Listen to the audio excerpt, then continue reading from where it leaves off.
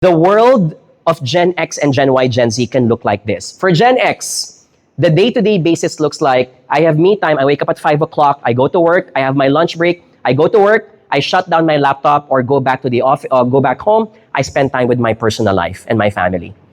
The Gen Y and Gen Z can be more complicated. It's exactly the same thing, but a lot of things happening in between. For example, pag lunch, yung mag-lunch. Pag may malapit na gym, mag-gym ako. And I prefer to work for companies na may gym sa loob ng office. Kapag lunchtime, do not judge me if I'm gonna eat alone because today is Lazada 9/9 sale. I'm gonna add to cart. I am not antisocial, I just need to get some job done. Kapag coffee break, I can watch my 15-minute episode on Netflix. Breaks are not additional time to do more work. Breaks are breaks.